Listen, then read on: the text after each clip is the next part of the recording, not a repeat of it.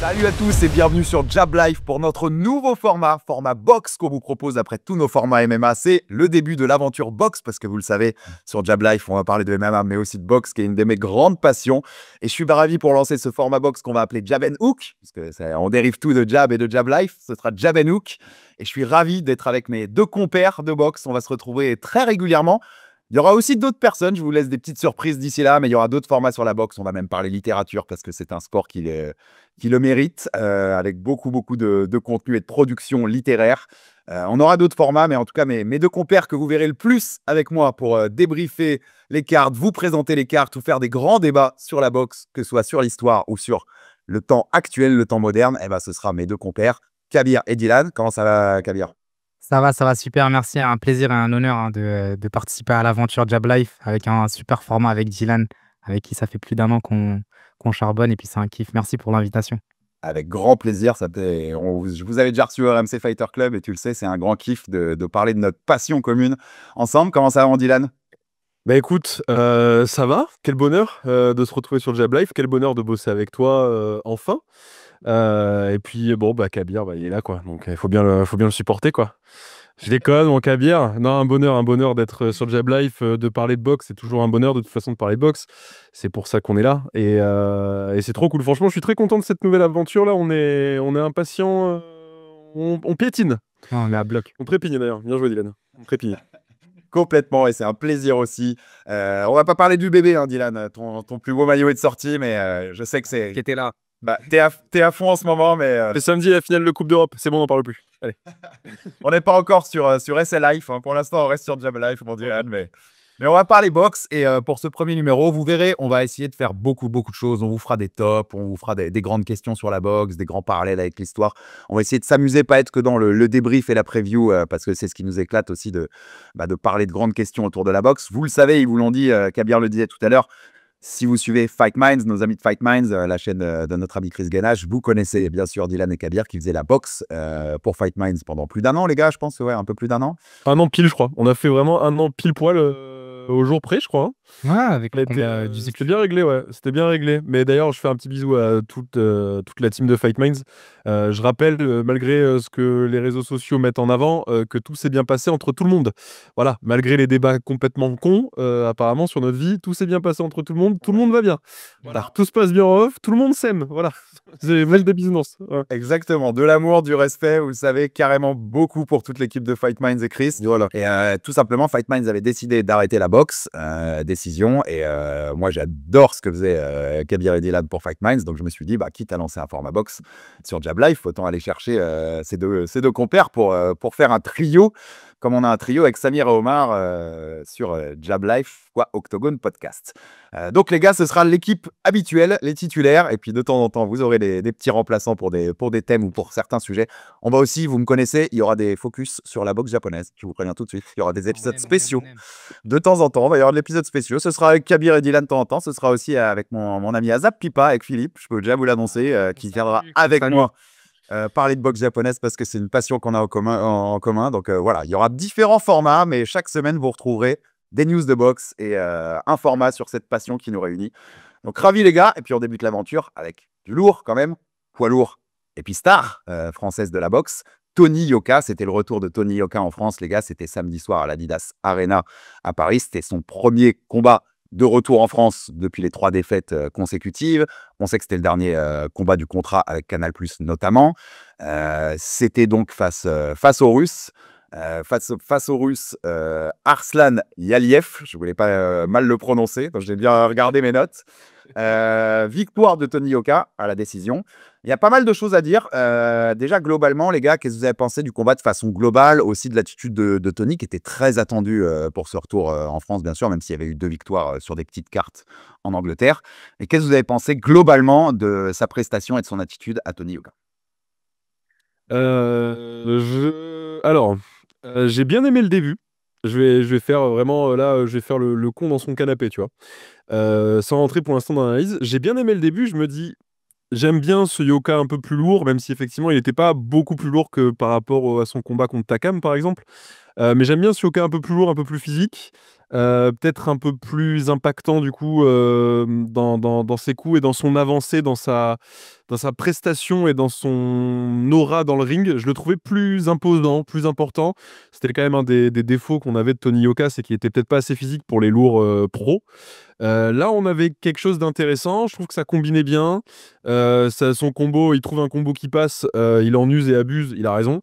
L'uppercut crochet bras, enfin l'uppercut bras arrière, crochet bras avant. Il est passé en boucle. Il a doublé, triplé le bras avant. Je trouvais ça très cool parce que pareil, c'est des trucs qu'on voyait pas forcément de Tony faire sur ses derniers combats. Il a boxé en avançant. C'était très intéressant. Et puis je vois vraiment une deuxième phase de combat où bah, il se perd un peu, où en fait le russe est solide. Ouais. Le russe est un russe, donc le russe est solide. Tony se fait mal en fait à avancer et à mettre des coups où tu as l'impression qu'il touche et l'autre il bouge pas en face. Donc ça c'est terrible hein, pour un combattant. Enfin tous les gens qui sont déjà montés dans un ring, dans une cage, il n'y a pas pire que de mettre des coups magnifiques, mettre tout ton poids dans un coup et que le mec en face ne bouge pas. Mentalement c'est terrible. Le russe a fait ça pendant 10 rounds et quand lui il a touché Tony, notamment sur Supercut round 5 ou 6, où il électrocute complètement Tony, qui est à deux doigts de tomber quand même, tu te dis, ah, le combat est mal embarqué. Et du coup, la deuxième partie de combat, j'ai pas trouvé. D'un côté, c'était rassurant parce qu'il a combattu, je trouve, vraiment au mental et aux tripes. Donc, il s'est pas laissé abattre. Mais il avait plus de solution et il a pris beaucoup de coups sur la deuxième moitié de combat, vraiment. Et j'avais l'impression que le Russe mettait pas tout son poids dans ses coups, mais qu'il était quand même plus impactant sur la deuxième moitié de combat. Donc le bilan à la fin, il est difficile à tirer parce que tu te dis bah ça commençait bien. En face, c'est quand même un mec qui était invaincu, qui était en 16-0 et tout, mais on n'avait pas de référence à proprement parler, puisque c'est un mec qui avait jamais boxé hors du Daghestan. On sait comment ça marche sur les cartes locales, que ce soit Daghestan, Mexique, enfin dans plein d'endroits où les mecs ils peuvent avoir des records à 40-0 et ils n'ont pas le niveau international pour autant. Donc en fait, c'est difficile de se faire une opinion du niveau de Tony maintenant après ce combat parce qu'on n'avait pas de référence sur ce qui se passait en face, et à part une énorme prestation où il le met KO au troisième et il met tout le monde d'accord, tu te dis, bon, bah quand même, mettre KO au troisième, un mec qui est en 16-0, quoi qu'il arrive, c'est honorable. Là, j'ai trouvé aussi les cartes un peu, enfin on en parlera peut-être plus tard, mais s'il y a certains scoring de cartes un peu délicats, j'ai trouvé que l'arbitre, il y avait un peu une opération sauver Tony au moment où il est électrocuté, où ils sont dans le clinch et que le russe balance un coup et que l'arbitre dit ah, attention, tu tapes derrière la tête après le break. Il lui tape, non, c'est un coup hyper clean et du coup, Tony peut récupérer. Il a 20 secondes pour récupérer. Pareil, quand il perd son dentier à 10 secondes de la fin, bah, normalement, tu ramasses pas le dentier, tu vois. Enfin, t'es à 10 secondes de la fin, donc tu laisses le combat. T'as entendu les trois coups, tu laisses le combat se faire. Enfin, j'ai trouvé ça un peu. Soirée un peu étrange et qui, je pense, pour le grand public, parce que Tony Yoka, c'est de ça dont on parle. Quand Tony Yoka intervient, on parle de grand public. Pour le grand public, je pense que ça n'a pas forcément aidé à réconcilier avec la boxe en France. Voilà. Avant de te donner la parole, Kabir, j'avais deux points à noter sur ce qu'a dit Dylan intéressant. Moi, c'est ce que je retiens beaucoup. C'est le côté mental dont tu as parlé. Il était hyper attendu, Tony. Il était hyper attendu. Il y avait eu ces 2 combats de retour en Angleterre, mais personne ne les avait vus, quasiment. Enfin, il fallait être fanat de la boxe pour même savoir qui boxait sur ces petites cartes-là. Il avait des choses à se prouver. Il a des choses à prouver au grand public. Il a été très touché, comme tu le dis avec Supercut. Enfin, il est vraiment électrocuté. Et je trouve qu'il a montré au moins ça. Pour le coup, moi, dans les points très positifs que je montre, bah, il a montré qu'il était là. Il a montré qu'il avait du cœur. Il a montré qu'il ne se laissait pas abattre quand il se fait électrocuter. Et je pense qu'il avait besoin de ça, qu'il avait besoin aussi de prouver au public, de montrer au public qu'il est là, qu'il a du cœur et que le Tony qu'on a beaucoup trop aussi tensé pour le côté, il a lâché l'affaire dans ses 3 derniers combats, notamment contre Mary. Il a prouvé qu'il répondait présent à un défi d'un Russe hyper solide, qui frappe fort, qui est un poids lourd russe, quoi, comme tu as dit, Dylan. On connaît la recette. Donc moi, j'ai vraiment envie quand même de noter dans les points très positifs le côté mental et le côté il était présent au rendez-vous qui s'était fixé. Kabir. Oui, en phase avec vous hein, sur la partie mentale. On en a beaucoup parlé avant, pendant et même après. Il y a eu une séquence assez émouvante où on entendait au micro parler de 2 années qui étaient très compliquées, autant d'un point de vue sportif que d'un point de vue pro. Et on sait à quel point, justement, tout ce qui est extra sportif peut avoir un impact même sur la carrière d'un boxeur. Et justement, c'est un combat où il y a eu 2 parties, effectivement, où le point pivot, je suis d'accord avec toi, Dylan, c'est notamment le point où il prend un méchant uppercut et où derrière, finalement, on sent qu'après, il y a une grosse baisse de régime, sachant qu'à mon sens, Je pense que par rapport à ses précédents combats et ses précédentes prestations où il a vraiment eu du succès, il a été un peu moins généreux et c'est vrai qu'on parle de cette, prise de poids ou cette prise de masse, ce changement un peu physique et ce changement de style où tu as eu l'impression dès le début qu'il voulait, qu'il cherchait le KO, qu'il cherchait forcément le gros coup. Mais comme tu le disais, face à un adversaire qui lui était plus impactant, a été beaucoup plus généreux, même s'il était sur le reculoir, ça a été compliqué et je pense que le fait de pas forcément, avoir des dégâts visibles, sur son adversaire et en plus de ça, se faire sérieusement connecter sur un gros contre en milieu de combat, ça a dû, à mon avis, impacter sérieusement la partie stratégique et la partie vraiment volume et générosité. Mais après, comme tu le dis, hein, Alex, sur la suite, il a été ultra, ultra courageux. Il a fait preuve de beaucoup d'abnégation. Il a réussi à tenir jusqu'au bout. Et il a été aussi lucide sur sa prestation. Il a dit que lui, il cherchait à finir en avance. Il voulait finir avant la limite. Il avait annoncé avant. Il a été déçu après. Mais je pense que ça renvoie quand même des signaux positifs. Après, voilà, il y a un point qu'on peut pas nier, c'est la partie effectivement scoring, où malheureusement, ça peut donner une image un peu négative de la boxe et des événements en boxe en France. Mais il y a aussi un autre point à souligner, c'est qu'il a quand même boxé 2 fois à l'étranger, il a gagné 2 fois. Là, il boxe chez lui, il gagne. J'ai l'impression qu'il est un peu dans une impasse d'un point de vue médiatique et d'un point de vue vision du public, parce que s'il gagne, s'il l'avait mis KO, on aurait dit que c'était une chèvre. S'il a gagné à la décision, c'est un vol. S'il perd, c'est un plombier. Enfin, dans tous les cas, peu importe les scénarios, il y aurait toujours eu quelque chose à dire. Donc moi, ce qui me convient le plus, c'est cette belle victoire et c'est les perspectives qui sont offertes pour lui pour la suite, surtout avec la potentielle annonce d'un combat à Wembley. Non, mais t'as raison, on va y revenir là-dessus parce que c'est un thème hyper intéressant. Je pense que Tony, il peut plus gagner à ce jeu-là. Je pense que toute la communication qui a été faite autour, il peut plus gagner. Et c'est un thème intéressant parce que comment tu construis ta carrière quand tu peux plus gagner à ce niveau-là, faut presque que penser à toi, quoi. C'est hyper intéressant. Mais ouais, sur le côté mental, moi, ce qui m'a intéressé, c'est que tu avais 3 défaites en France. Même si tu as eu ces 2 combats en Angleterre, tu restes là-dessus pour le public français. Tu reviens, tu te fais électrocuter par Super. Il y en a plein qui auraient lâché. Il y en a plein qui auraient dit: «Attends, je revis le même cauchemar là, je vais me faire, c'est Yaliev qui va encore me battre devant mon public», tu vois? Et ça peut être dur. Vous le savez aussi bien que moi, les gars, dans le ring, à ce moment-là, tu es tout seul avec toi-même et il faut du mental pour résister à ça et je trouve que cette réaction-là, en tout cas, elle est vraiment à mettre à son crédit et à mettre à son crédit d'un mec qui a aussi beaucoup souffert, en fait, depuis 2 ans, qui nous l'a expliqué et pour ça, je pense qu'on peut lui tirer notre chapeau parce que c'est pas une situation facile, le contexte du combat qu'il a affronté, samedi. Ouais, tout à fait. C'est impressionnant de le voir même à la seconde où il a été touché, après justement l'interruption de l'arbitre. Tu le vois, il revient dans son combat, il demande au public de l'acclamer. Il a besoin, j'ai l'impression qu'il avait beaucoup besoin de se sentir chez lui, de se sentir soutenu. Et c'est l'une des premières choses hein, qu'il a fait apparaître après la victoire, c'est la gratitude qu'il avait envers le public français et toute la force dont il avait besoin et qu'il a eu pour pouvoir performer. Donc effectivement, l'aspect mental, il est indéniable. Et c'est aussi dans ces moments-là qu'on aborde des sujets qu'on n'a pas forcément beaucoup abordés dans les précédentes années dans le sport de haut niveau. C'est vraiment des sujets liés à la santé mentale, à la préparation et à toute la pression qu'ils doivent traverser et gérer. Et donc, je trouve ça fort de sa part et je pense que ça mérite tout le soutien et effectivement, on lui tire notre chapeau. En fait, ce qui est intéressant avec Tony Yoka, et je suis d'accord avec tout ce que vous venez d'évoquer sur la partie mentale, etc., parce que c'est un boxeur qui s'est retrouvé dans une situation assez unique. Et je pense qu'en comparatif, en France, on n'en a pas. Ça, c'est une certitude. Et c'est un mec qui pourrait être comparé à Anthony Joshua en termes de positionnement médiatique très vite dès le début. Et en fait, pour en avoir parlé avec des boxeurs de sa génération, de son époque, des gars de la team Solide, en fait, ce qui s'est passé, c'est que je pense là où Tony, c'est pas lui, c'est jamais lui qui a merdé en fait. C'est Canal, le projet, la conquête, le fait de mettre autant d'oseille sur un seul mec parce que poids lourd, parce que champion olympique, parce que potentiellement champion du monde, parce que ça aussi c'est terrible. Mais Tony, je crois qu'il y a que 3 boxeurs champions olympiques dans l'histoire qui n'ont pas été champions du monde, quelque chose comme ça. Faut que je vérifie le chiffre exact. Je crois que c'est 3. Dont un qui est jamais passé pro.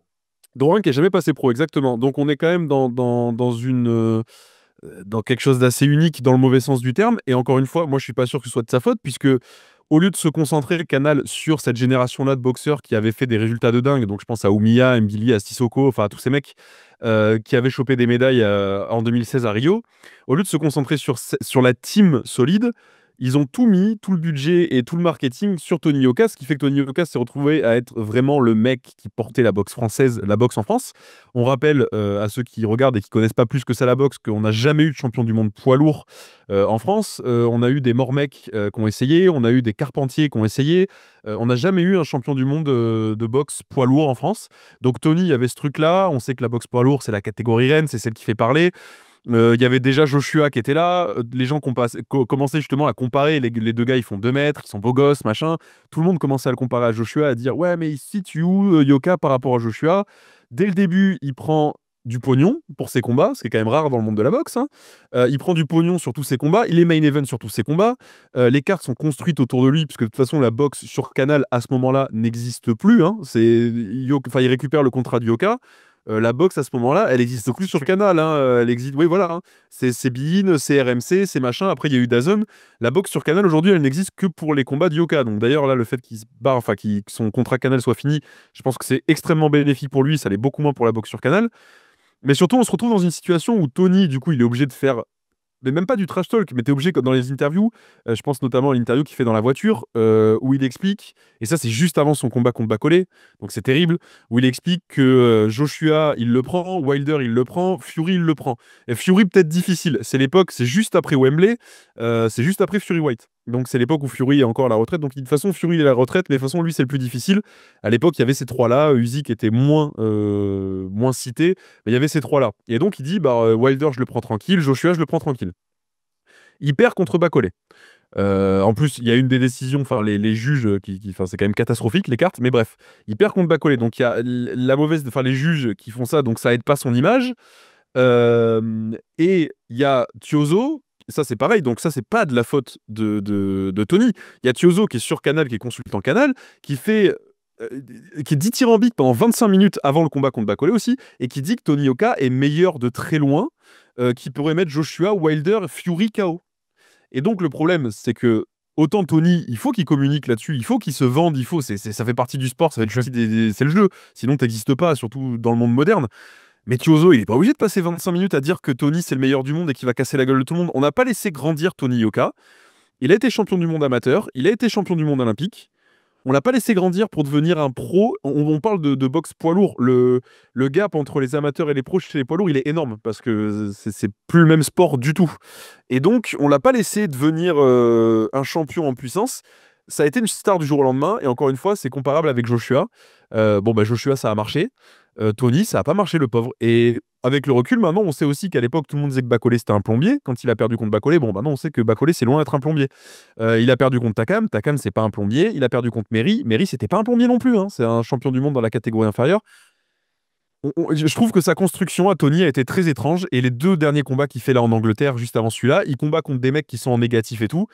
Il aurait fallu, sur des petites cartes qui sont même pas télévisées, dans des salles des fêtes, au fin fond de l'Angleterre, même pas à Londres. Et en fait, c'est là qu'il aurait dû commencer pour que ça se développe comme un process normal pour un boxeur. Lui, le pauvre, il a commencé dans la lumière, il a été obligé de finir dans l'ombre. C'est terrible. Ouais, il a fait la carrière d'un pro à l'envers. Typiquement, Yaliev, il a fait dans le bon sens. Il a boxé local pendant longtemps, il s'est fait ses combats, il s'est fait ses dents. Et puis, il a pris un gros challenge. Lui aussi, il avait beaucoup à gagner. Hein. Battre un champion olympique, c'est pas rien. Pour lui, ça aurait pu avoir un gros gap. Et c'est dans ces moments-là qu'on se rend compte, effectivement, que il y a tout un aspect gestion de carrière qui a été motivé clairement par des raisons commerciales et qui ont desservi Tony. Mais après, lui, il dit qu'il ne regrette pas. Et puis, je pense ce qui est bien aussi, c'est que chez les poids lourds, 33 ans, c'est pas vieux.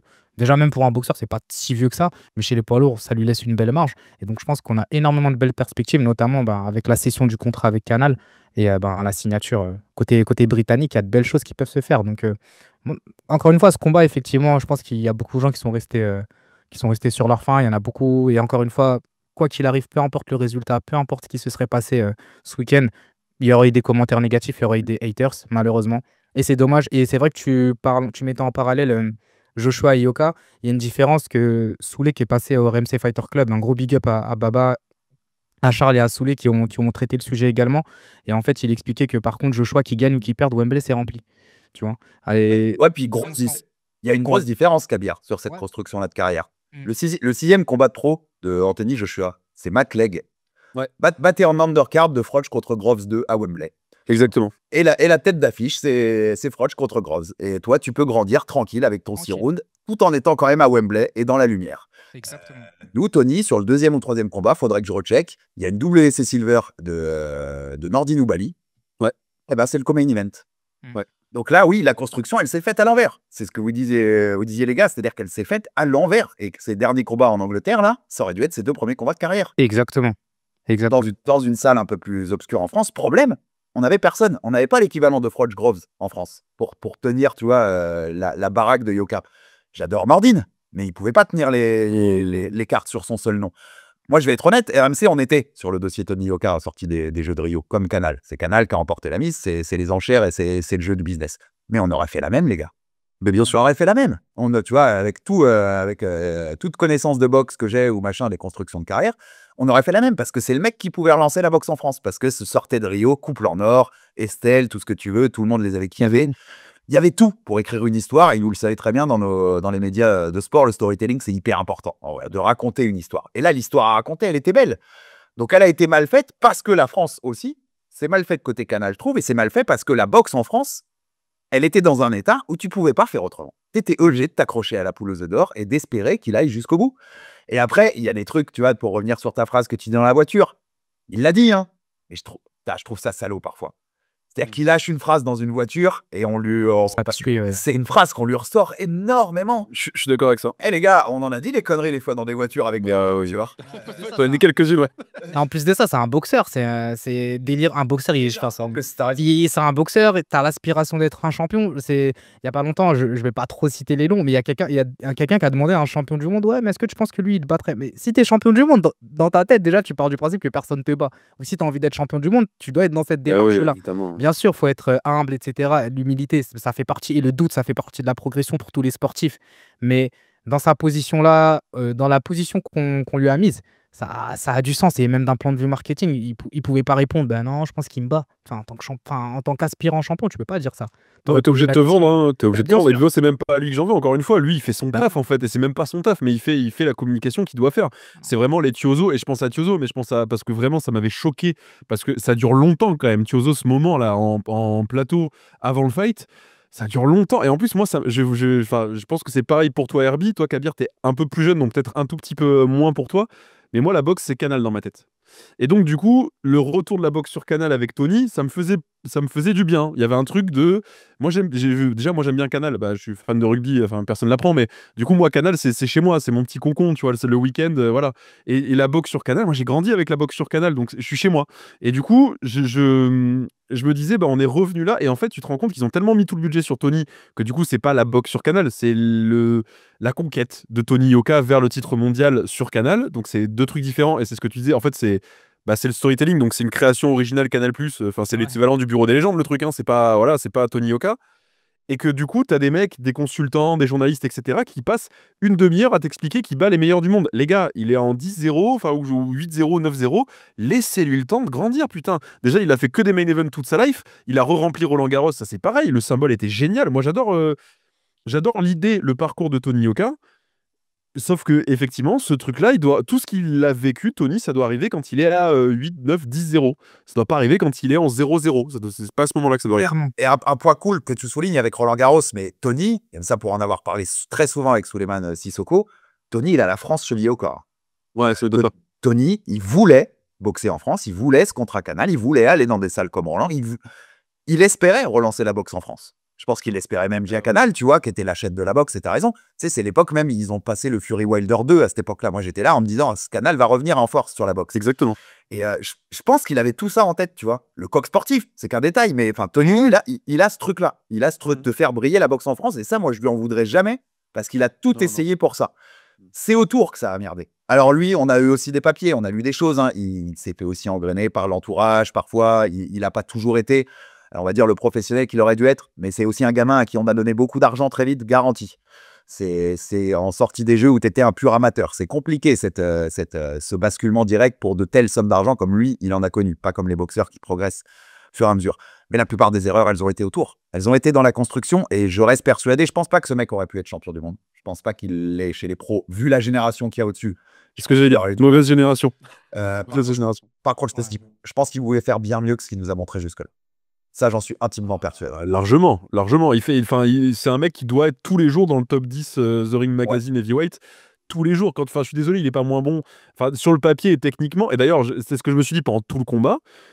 Et d'un côté, ça me fait chier parce que je me dis, la marge de progression, elle est pas si énorme. Parce qu'en fait, il fait rien mal, Tony. C'est un mec qui est champion olympique, champion du monde. Donc, il n'y a rien qui fait vraiment mal. Il n'y a rien où tu te dis, ah là, il y a vraiment un truc à changer. Il y a vraiment une amélioration. Il y avait le mental, mais effectivement, il a prouvé qu'il avait le mental.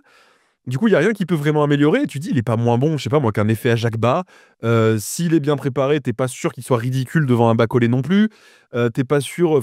Si t'enlèves le top 5, 6, Tony, techniquement, il est censé être ridicule devant aucun des mecs et il est compétitif devant tous les gars. Il est légitime en tout cas. Il est carrière légitime.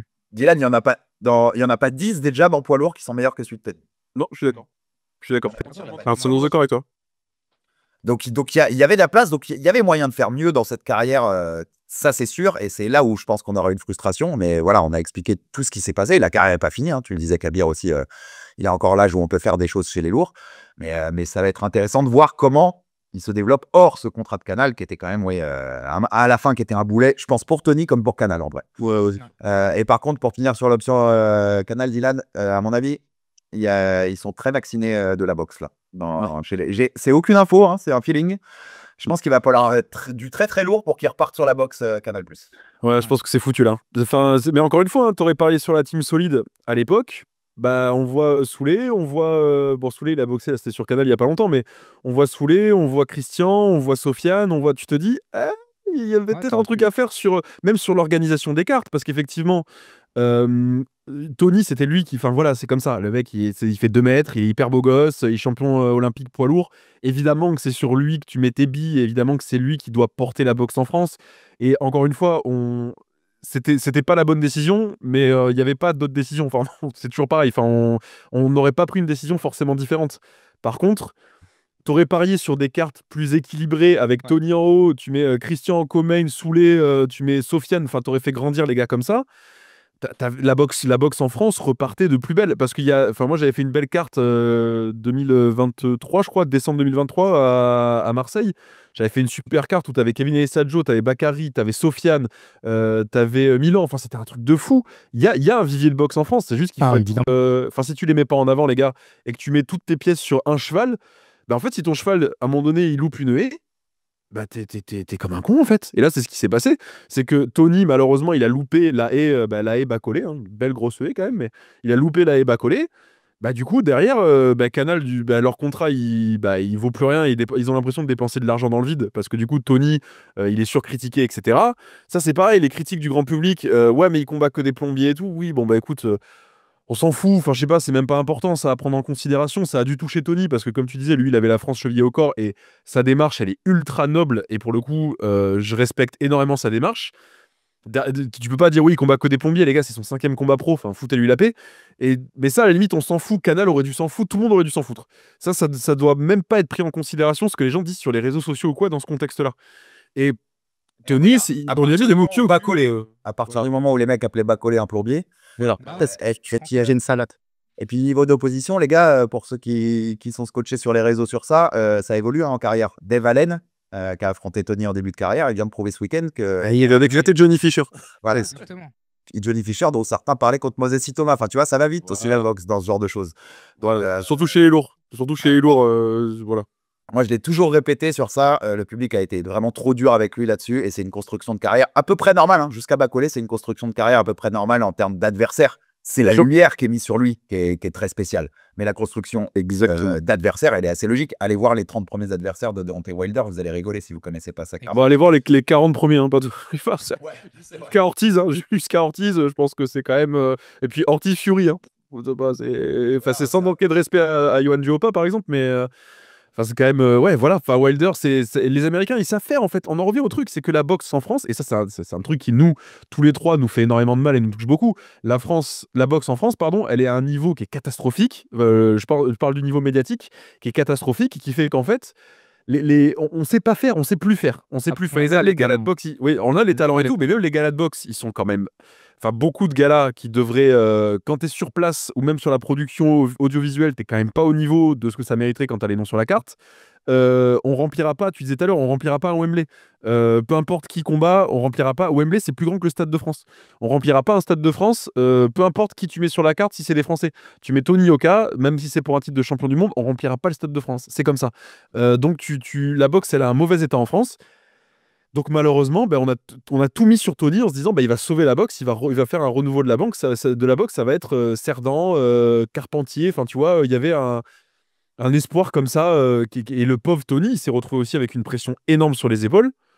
Et moi, ça, pour le coup, je me dis, putain, il a fait ce qu'il a pu, en fait. Voilà. Il a fait ce qu'il a pu avec ça. Et médiatiquement, moi, je trouve qu'il s'en est bien sorti, lui, dans ses sorties, etc. Il a jamais été. La phrase qu'il prononce dans la bagnole, on en reparle parce que voilà, mais bon, lui, il a fait ce qu'il avait à faire. C'est surtout, il a été, voilà, son environnement a été catastrophique. Canal s'est complètement planté. Encore une fois, on aurait peut-être fait pareil, mais Canal s'est complètement planté et ils lui ont mis trop de pression trop vite. Et voilà, c'était le mec qui allait sauver la boxe en France. Kabir, t'as autre chose là-dessus? Ouais, plutôt en phase avec ça, hein, totalement en phase même pour être honnête. Et le truc, c'est qu'on a été trop exigeant, le public a été trop dur avec lui aussi.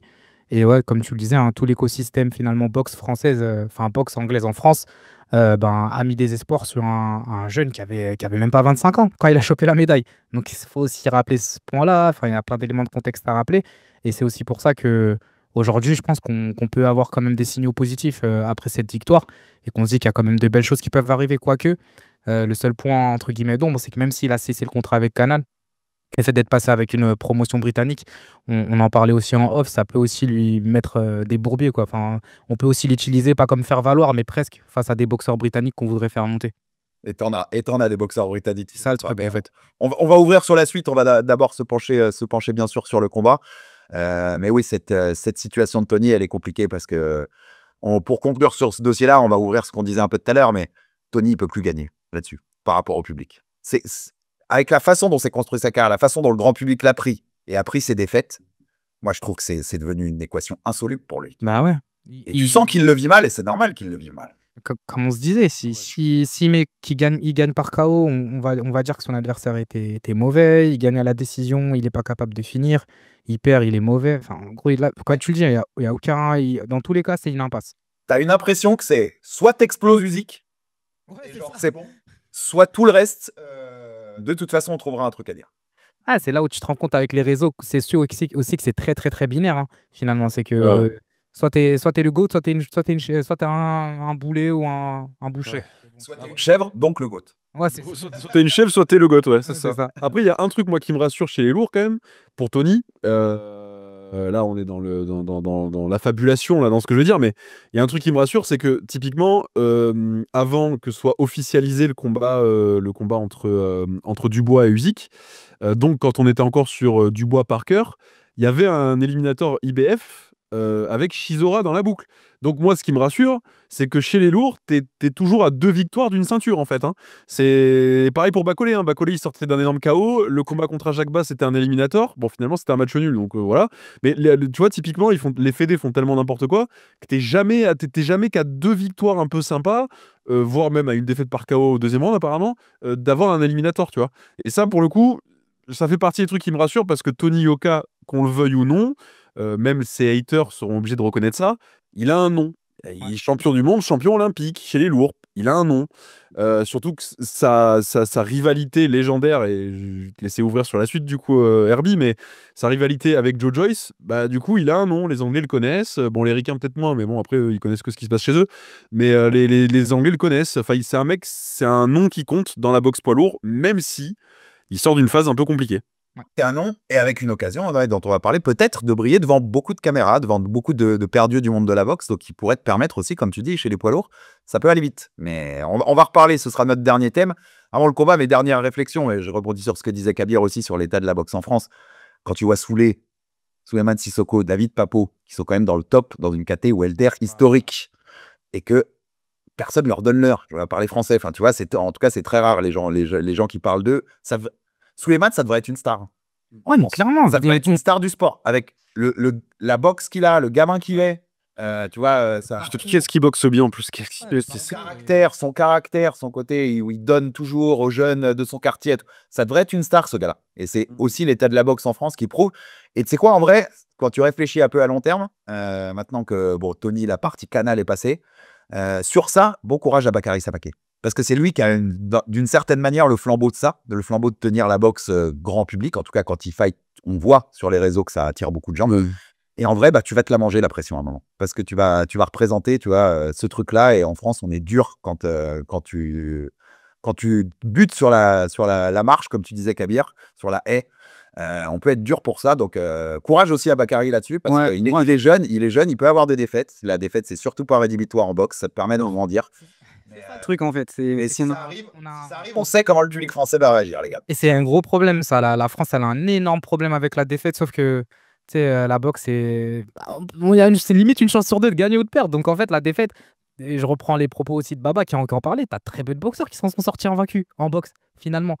Tu m'en sors même pas 10 dans le top du top. Chez les poids lourds, de toute façon, t'en sors qu'un mec qui est parti à la retraite champion du monde invaincu, il y en a qu'un. Donc tout le monde a perdu. Tout le monde a perdu. De toute façon, à part si t'es un gros spécialiste, tu vas aller chercher très vite Marciano, Mayweather, Voilà. Ricardo Lopez, Calzaghe. Mais après, Calzaghe, voilà, tu vois, mais Calzaghe, ouais. ça va être rapide, quoi. Ça va être assez rapide. t'en sors pas. Enfin, même un gars qui s'y connaît, t'en sors pas 10 des invaincus en boxe anglaise. Donc finalement, ça montre aussi qu'on a un gros problème avec la défaite. La défaite, c'est formateur et ça permet aussi parfois de rebondir. Et le truc, c'est que effectivement, on a tendance à surfaire parfois des boxeurs, mais d'être encore plus difficile quand il s'agit de la défaite. On l'a vu d'ailleurs en MMA avec. Ce que je veux dire, big up à Cyril Gann, hein. Big up à Cyril Gann qui quand même, t'as l'impression que le mec il est sur une série de 22 défaites contre des mecs qu'ils ont trouvés dans la rue. Bon, il a défaites John Ngannou et John Jones. Bon. Non, mais là, c'est un truc de ouf. Et on retiendra que c'est. Tu vois, des gens diront que ouais, c'est une fraude ou il était pas. Alors qu'il a perdu contre Ngannou et Jones. Bref, parenthèse, mais dis-nous sur le rapport qu'on a avec la défaite en France. Ça marche très fort et ça a marché encore ces derniers jours avec Manon Fiorot. Exactement. Quand tu voyais certains commentaires, elle a fait 48-47 contre la GOAT. Hein. Mais... Ouais, contre la meilleure de tous les temps de la catégorie, qui est quand même. Valentina, c'est. Faut se rendre pas compte, je pense vraiment. Voilà, parenthèse fermée, mais oui, on sait que le public sur ça, il est exigeant et pour nos boxeurs, c'est aussi un donné à prendre en compte et un paramètre compliqué à gérer, parfois, en tout cas quand tu es celui qui est le plus dans la lumière. On reste un petit peu sur le combat, enfin, on se refait un petit focus dessus avant de passer à la suite. Tu parlais du scoring, parce qu'il faut en parler, en effet. Moi, quand je l'ai vu qu'une fois, pour l'instant, j'ai match nul. Ça, moi aussi, putain. J'ai match nul quand je juge. Je peux carrément entendre le 96-94, Tony. Ouais, moi aussi. J'ai aucun problème avec ça. 98-92, il y a 98-92, c'est cata. C'est cata de fou. Je le trouve délirant, surtout quand tu vois la deuxième partie de combat d'Ialiev qui lui a continué à rester constant, à continuer à taper. Donc même Ialiev gagnant, moi j'ai beau être chauvin, je vais aussi être honnête, moi dans ma vision, Ialiev gagnant, c'est pas délirant non plus. Hein. Donc après, encore une fois, chacun a sa moitié du combat. Ouais, chacun a sa moitié du combat et c'est bon, il y a des swing rounds comme on dit. La première partie de combat, à mon sens, elle est plutôt en faveur de Yuka, la deuxième en partie d'Ialiev. Donc après. Ouais. Justement, on parle de ce fameux round pivot dans lequel Ialiev il envoie l'uppercut qui fait sonner Yoka. Donc après, à partir de là, on peut considérer que tous les rounds peuvent lui être donnés. Moi, je trouve pas aucune des deux décisions délirantes. Après, voilà, c'est Yoka qui a gagné. Pour moi, c'est pas un vol, tu vois. Mais par contre, le 98-92 est catastrophique. Enfin, c'est ouais. Il y a du gagnant de deux. Et même quand tu écoutes Tony au micro, tu sais bien, mais même lui, il sait que c'est pas 98-92. Enfin, tu vois, il est hyper lucide sur sa prestation, il est hyper lucide sur ce qui s'est passé, c'est pas 98. Mais tu vois physiquement que c'est pas 98-92. Enfin, ça veut pas tout dire, les dégâts, parce qu'il suffit d'en prendre deux et t'es découpé, tu vois.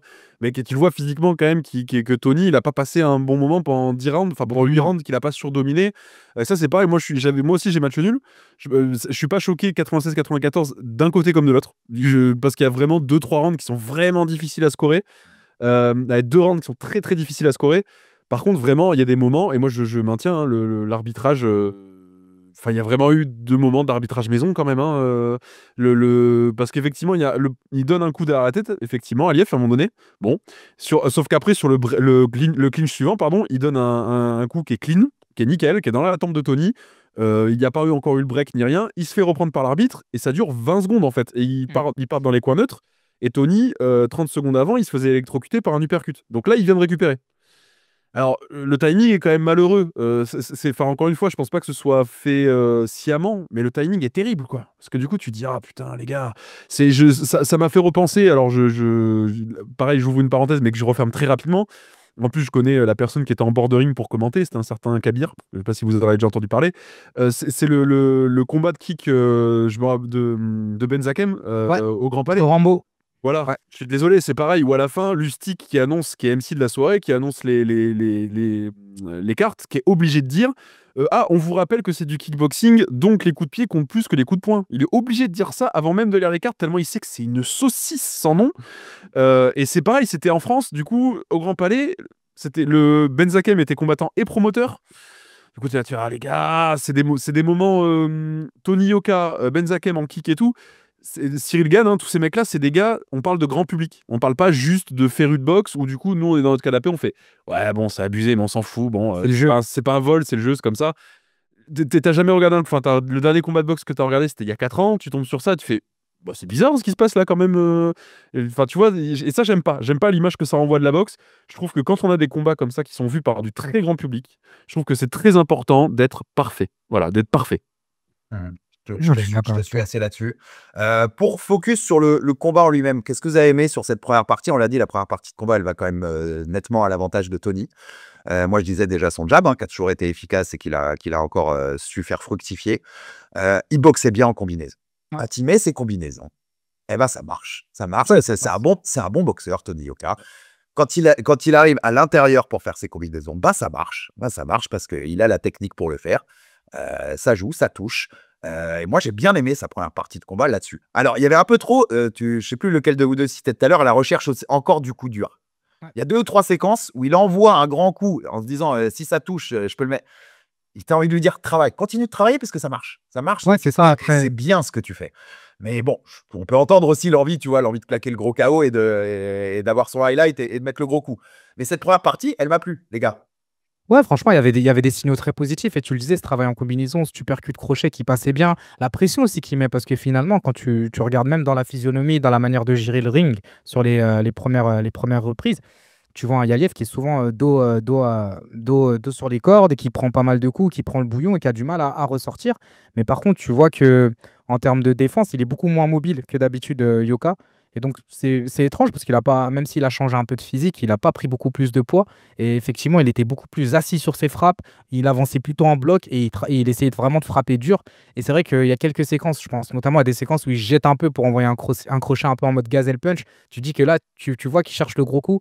Ça passe pas malheureusement, mais c'est des choses qu'il aurait pu peut-être éviter. Après, voilà, de notre canapé, c'est facile à dire, mais c'est sûr que je pense que s'il déroulait sa boxe de manière un peu plus classique, il aurait pu se rendre le combat encore plus facile et du coup avoir une décision qui allait encore plus à sa faveur, plutôt que chercher le chaos. C'est du détail, comme tu dis, hein, mais c'est le rôle d'analyse qu'on a et d'amoureux de la boxe. Et par contre, je pense exactement au même coup que toi. Ouais, tu vois, Ah ouais, le gazelle punch, il est catastrophique. Je suis désolé, mais J'ai le même en tête. Ouais, Ah oui, tu vois, il est contre le coin et ça aurait pu être stylé. Je pense que il y aura forcément un Lascar qui va te faire un edit TikTok sympa sur ça, mais en vrai, tu vois qu'en termes d'efficience et en termes de potentiel et même en termes de risque, hein, parce que Yaliev, il est passé dans la garde, mais il aurait pu le choquer sur un gros compte comme ça. ouais, pas contre un mec qui est en 16-0. Enfin, tu respectes un peu. Le gazelle punch, c'est rigolo. Soit quand t'es Alexander Usyk, que tu sais tout faire et que du coup, voilà.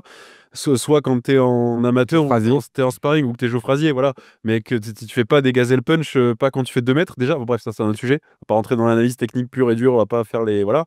Mais enfin là, ce genre de truc, moi, c'est des moments où je me suis dit, putain, Tony. Et comme ce que disait Herbie, il combine hyper bien. Et d'un seul coup, alors même sans le gazelle punch, d'un seul coup, il met des crochets ultra larges qui partent, mais vraiment, qui partent du projecteur tout en haut et qui retombent. Tu fais, non, mais Tony, t'étais bien là et tu vois qu'il est déséquilibré. Ouais. T'arrives à le mettre dans les cordes. Pourquoi tu tentes ça, en fait? Je comprends effectivement la recherche du gros coup, mais tu vois que ce que tu es en train de faire, ça fonctionne. Continue. Et dès qu'il mettait un crochet bras avant, ça touchait. Il les doublait, il les triplait des fois ses crochets bras avant. D'ailleurs, magnifique. Hein. À un moment donné, il nous a fait une Roy Jones. Hein. Il a triplé le crochet bras avant, c'était waouh, ok. C'est vif, ça claque fort. Il est bien appuyé sur sa frappe. Techniquement, c'est parfait. Enfin, encore une fois, c'est un bon boxeur, Tony Yoka, quand même. Bien sûr. Techniquement, c'est parfait. Son uppercut, il était beau aussi. Pareil, son jab, il a gagné la bagarre du jab, il l'a gagné toute la première moitié de fight. Et deuxième moitié de fight post-uppercut, je crois que Aliev comprend aussi que tous les petits jabs claquants qu'il met en fait rentrent dans la garde de Tony. Parce que Tony, il a un truc, il part beaucoup avec sa main arrière, et du coup, il a compris qu'il lui laissait pas le temps de parer en fait. Et Tony, la deuxième moitié, je pense qu'il est fatigué, il utilise beaucoup moins les mouvements de tête, il glisse plus les coups, et donc Il veut parer et il prend les jabs hyper secs, hyper claquants qui sont pas, qui vont pas le mettre KO d'un coup, mais qui vont faire du dégât parce que bah, l'accumulation elle est terrible. Ouais. Deuxième moitié de fight, il les prend tous. Il les prend. Ouais, justement, en parlant de dégâts, on faut aussi revenir sur Yaliev qui tapait comme un sourd quand même. Et d'ailleurs, il lui a pété un tympan à Yoka. Ça, je crois, dès le début du combat d'ailleurs, sur un. Boxeur solide, hein. Boxeur Ah non, solide. c'était pas... Il avait pas les mains en mousse. Donc ça, c'est aussi un point à prendre en compte et à mettre au crédit d'Yaliev et aussi au crédit de Yoka, puisqu'il a réussi à tenir la distance face à un gars qui était quand même très solide et qui tapait vraiment dur. Et c'est là où on se dit que ouais, c'est vrai que d'un point de vue stylistique et technique, Yoka, il a fait... Je pense qu'il a voulu brawler un peu, il a voulu aussi montrer qu'il était là, que c'était un combattant, qu'il avait du cœur, mais il pouvait aussi dérouler sa boxe très simplement. Ok, bah encore une fois, dans tous les cas, les gens auraient parlé, ils auraient dit que peut-être que ça aurait été une boxe un peu plus, entre guillemets, chiante, mais on reprend une phrase qui est connue, qui est de George Foreman, la boxe, moins elle a apprécié, meilleure elle est. Donc c'est comme le jazz, quoi. Donc il y a aussi ce truc-là de devoir aussi faire gagner les combats et les gagner avec la manière. Et ta deuxième partie de combat, on l'a dit, les gars, l'uppercut qui change tout, c'est clair. Derrière, comme tu disais, Dylan aussi, bah, Yaliev, pour le coup, lui, il s'adapte un peu, il fait des ajustements, ça passe mieux. Son bras arrière, sur la deuxième moitié du combat, il passe, c'est porte ouverte. Et ça, mais bon, il y a l'uppercut aussi, il y a la pression de la situation avec ce combat de retour en France. Il m'a manqué des ajustements chez Tony en deuxième partie de combat. On a l'impression qu'une fois qu'il était parti dans le truc je subis, il était parti pour subir jusqu'à la fin du combat, quoi. Ouais, en mode survie, en fait. Clairement, en mode survie, il s'est dit... En fait, je pense qu'à un moment, il a arrêté de chercher le KO et qu'il a dit, bon, bah, maintenant, je vais marquer mes points et je vais essayer de prendre un peu moins le bouillon et essayer de faire au mieux. Mais c'est là où on se rend compte que peut-être, justement, il s'est peut-être un peu trop cramé sur la première partie de combat, à vouloir chercher le gros coup, à vouloir mettre du volume.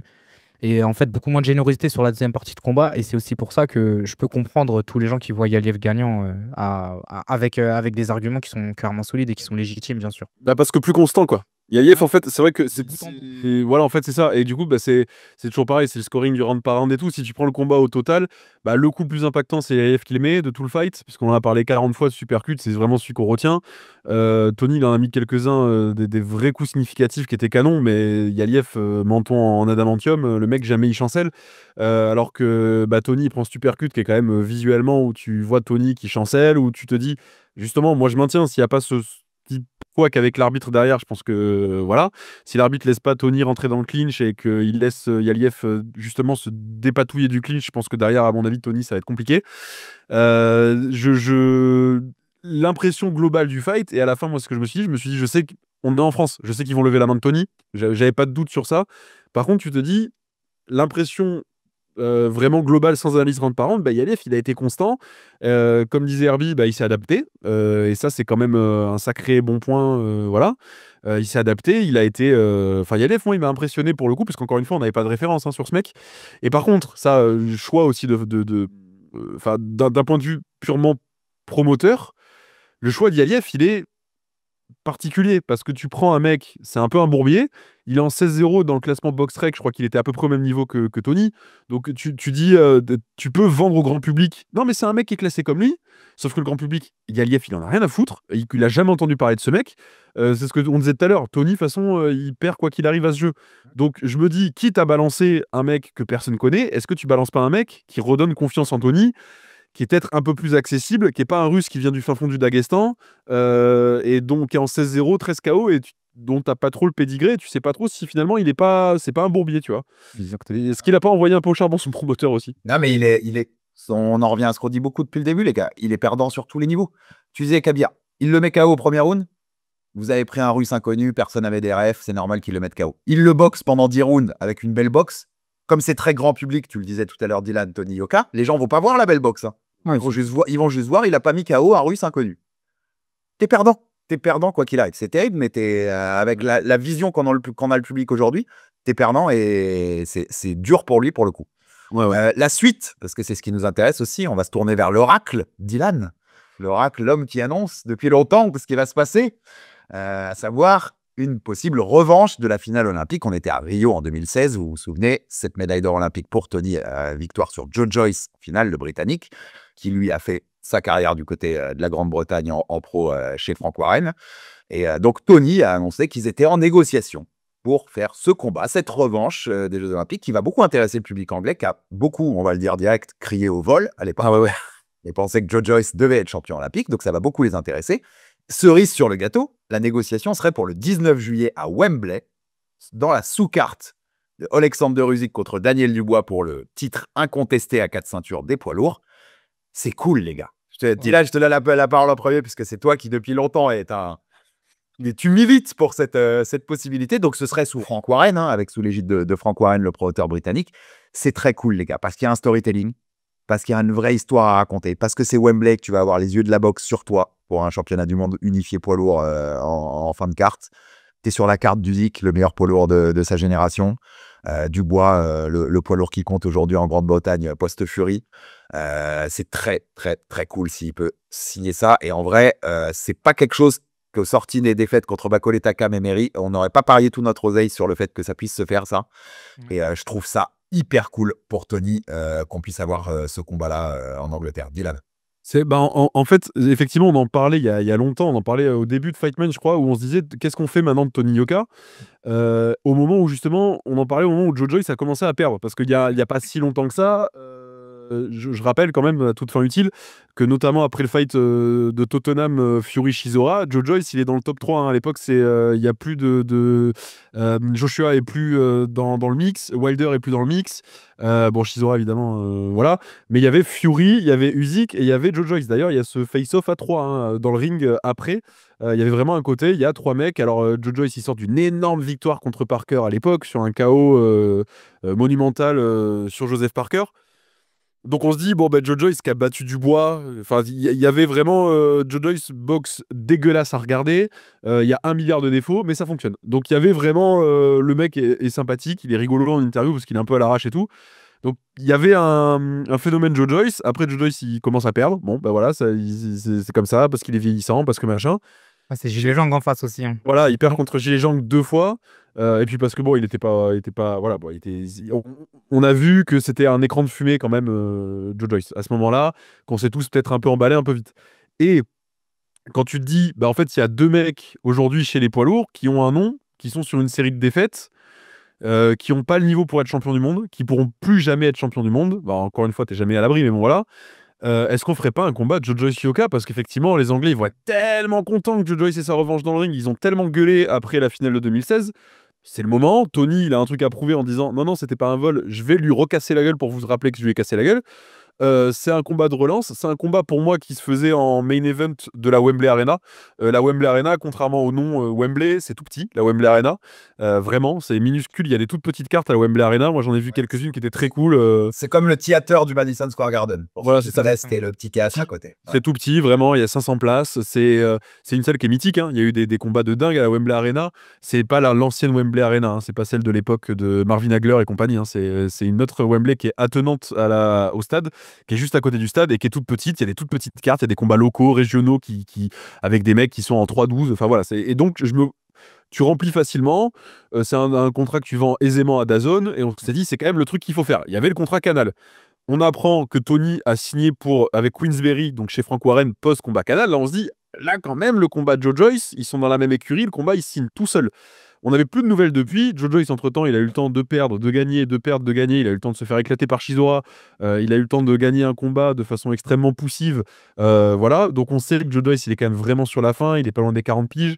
Tony, lui, il est pas sur la fin, mais on sait qu'il est dans un moment compliqué de sa carrière.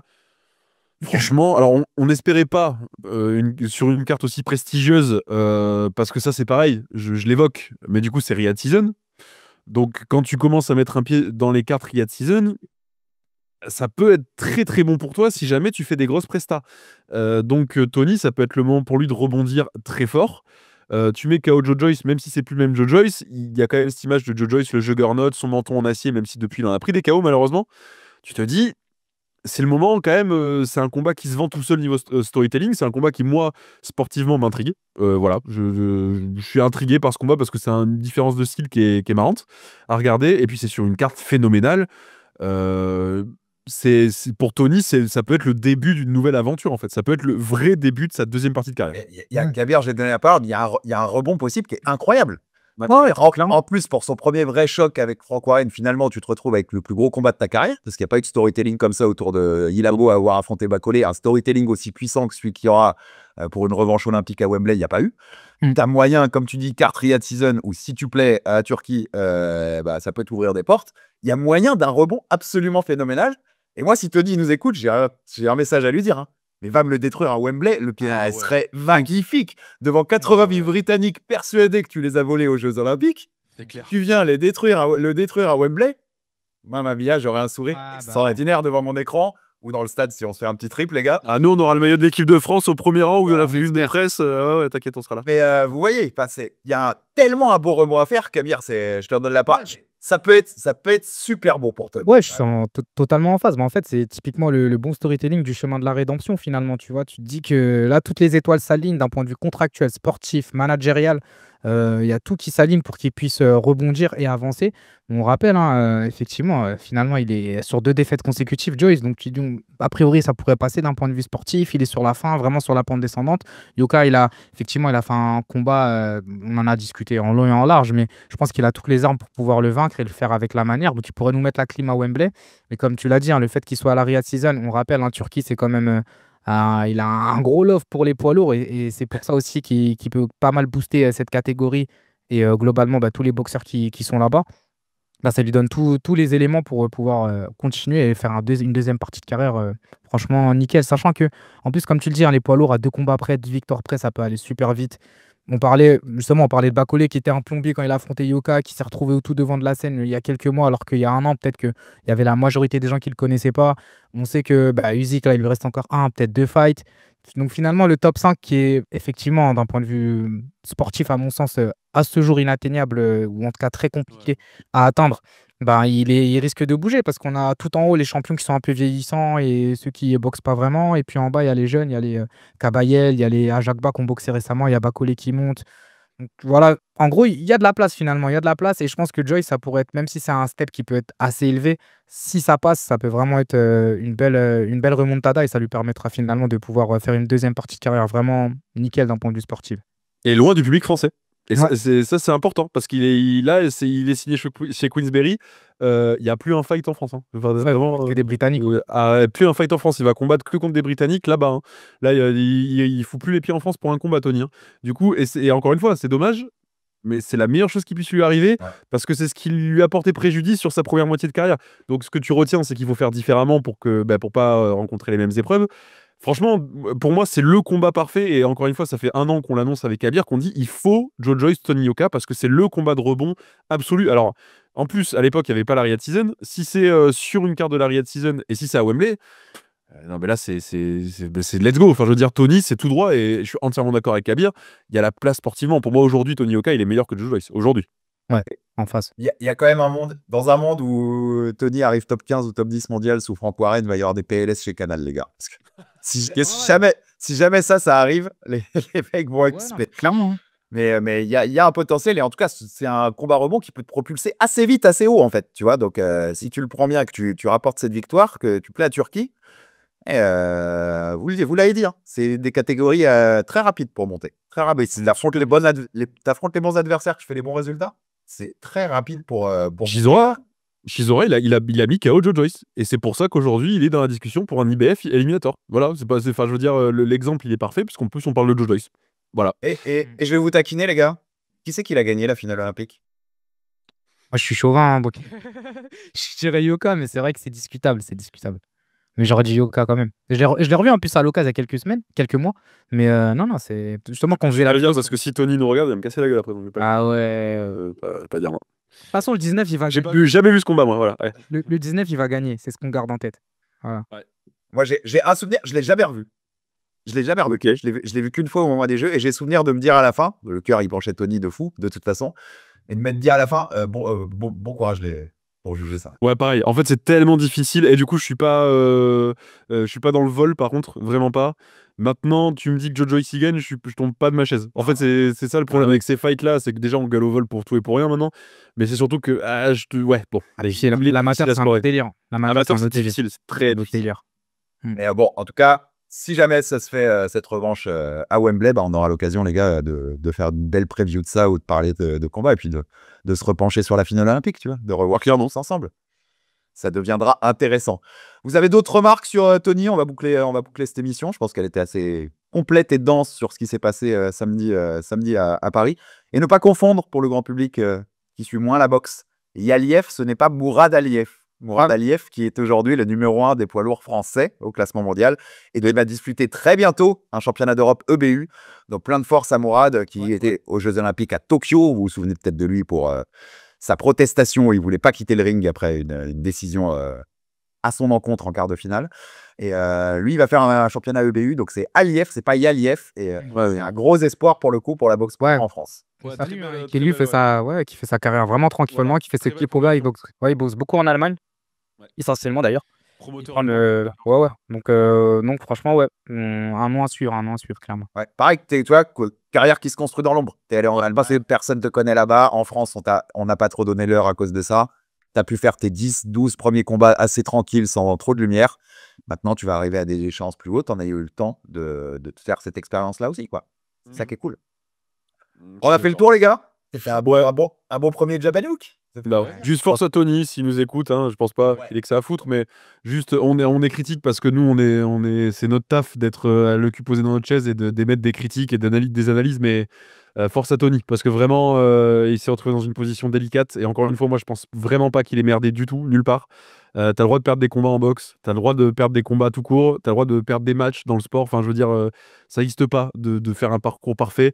Lui il a eu la malchance de tomber au mauvais moment dans la boxe en France et d'être vraiment que tout le monde mette tous les espoirs dans ce mec et que du coup dès qu'il a fait un faux pas il s'est fait fracasser et ça c'est vraiment triste. Mais force à Tony, nous on sera là à Wembley avec les drapeaux de la France et les maillots de l'équipe de France et on sera là, nous on poussera derrière par contre. Ouais, t'as raison, force à Tony. Et puis, je le répète, mais merci à lui d'avoir tenté ce qu'il a tenté pour la boxe en France. Merci. Parce que ce sport, il va très mal dans notre pays. Et d'avoir tenté d'imposer ça et de faire revivre la boxe dans des endroits même particuliers comme Roland-Garros, quand tu citais là, bah, c'était beau.